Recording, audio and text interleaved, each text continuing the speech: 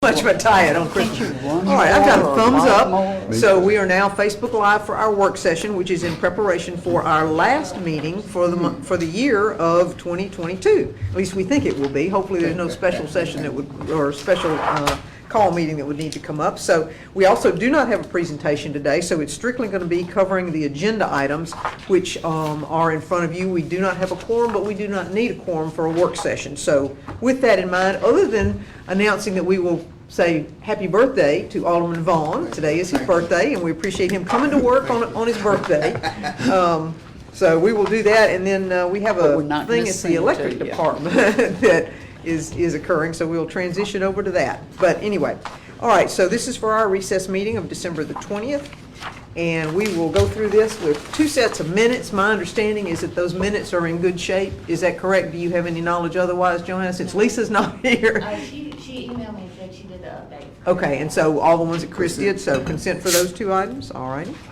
I don't have anything from a comment standpoint. Things usually come up as they do. I think Edward would like me to announce that we had a perfect score for our water inspection or state. Drinking water.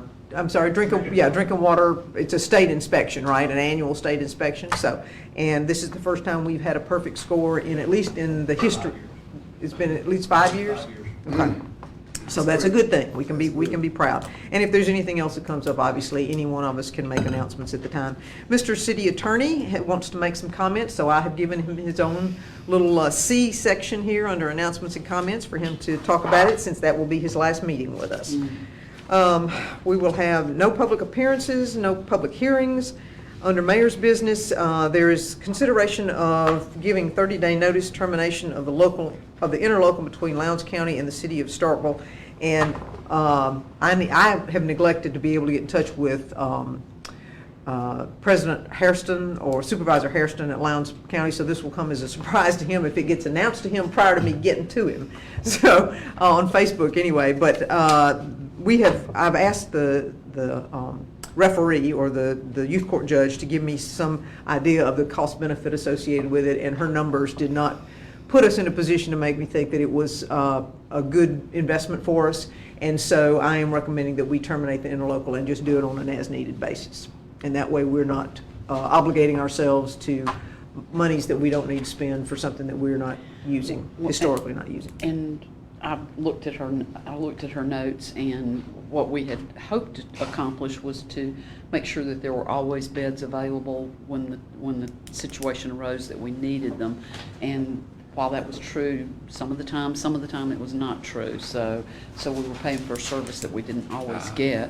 And then we do have an alternate place that the youth court can use up in.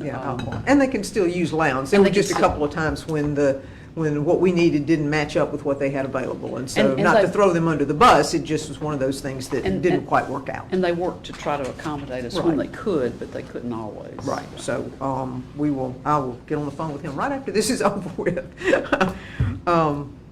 All right, so that's what that's about. And I don't know if anybody wants to go to consent with that. Okay. Just 3 of us. All right. We've got interviews of 2 applicants for the 3-year term for the Starkville Housing Authority Board. Normally, often we only have 1 person, but in this case we've got 2 people, so we're going to need to allow them to make their case in front of us. Number 2, however, though, is 2 folks who have been there who would like to be reappointed, and there are only 2 appointments available. So if you could want to do consent on that one. If somebody's going to all these meetings, both those guys, Jimmy is the secretary, and he's been reappointed to be the secretary, provided he gets back on. He does a good job.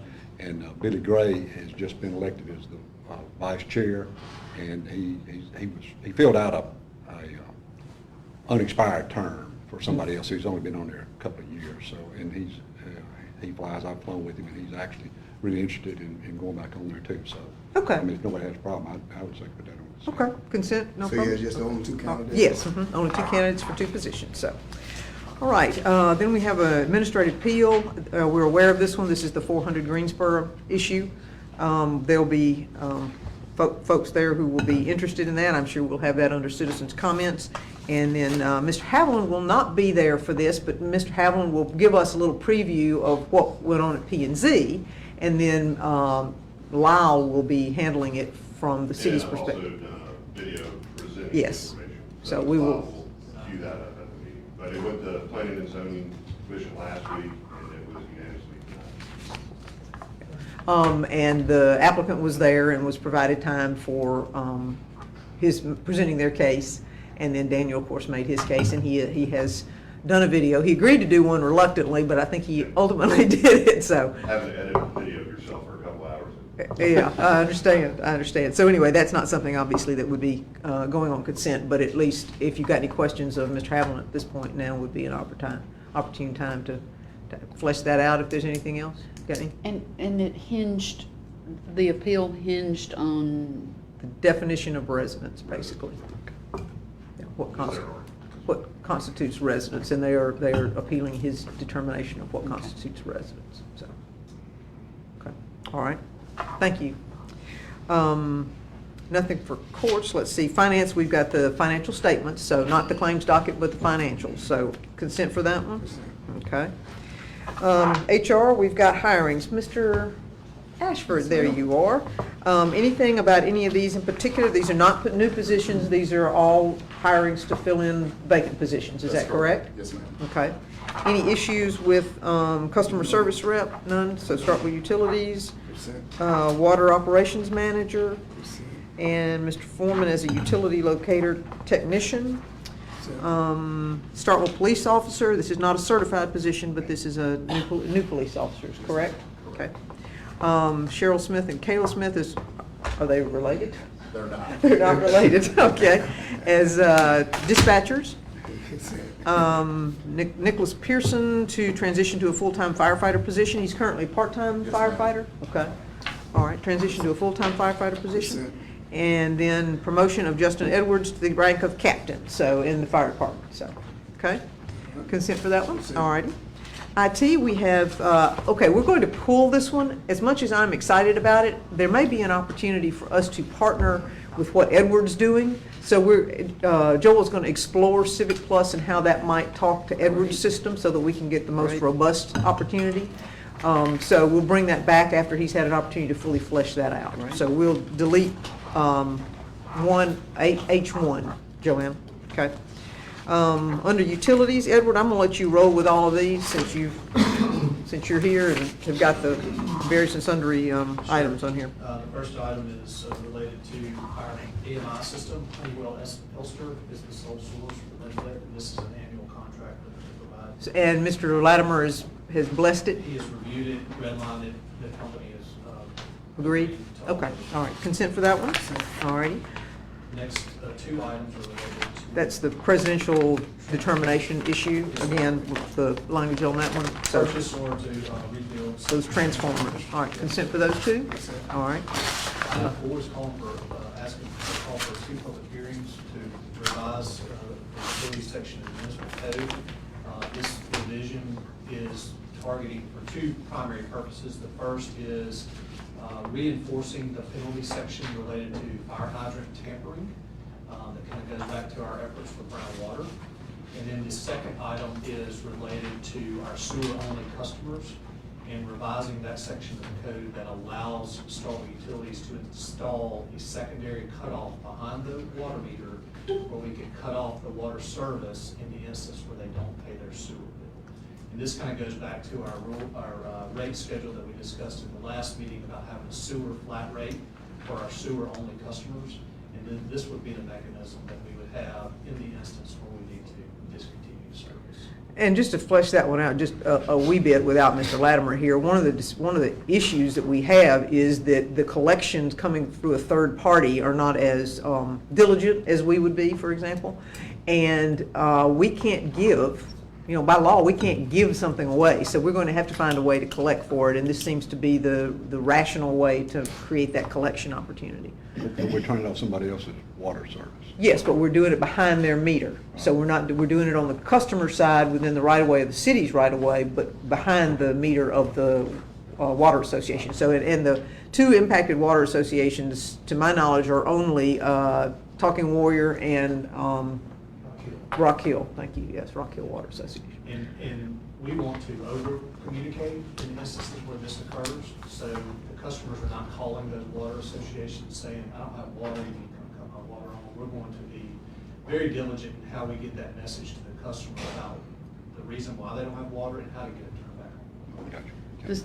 Is this consistent with what we do with our water and sewer customers? Yes. Yeah, we will discontinue water service if we have both of those. And of course, if we have all three, we will discontinue the electric as well. Oh, all three, yes, I'm sorry. So what's the third one? Yes, electric, okay. But this is, in this case, this is just calling for the 2 public hearings, so this is not taking action at this point other than the public hearing. So consent for that one? Okay.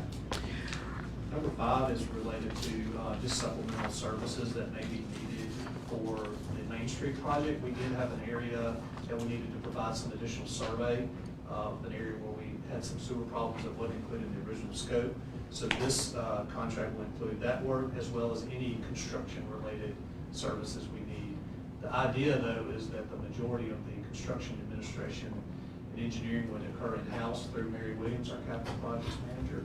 But if there's some technical questions that she doesn't know related to the design, we'll utilize this agreement on an hourly as needed basis. And Mr. Latimer has reviewed this one as well?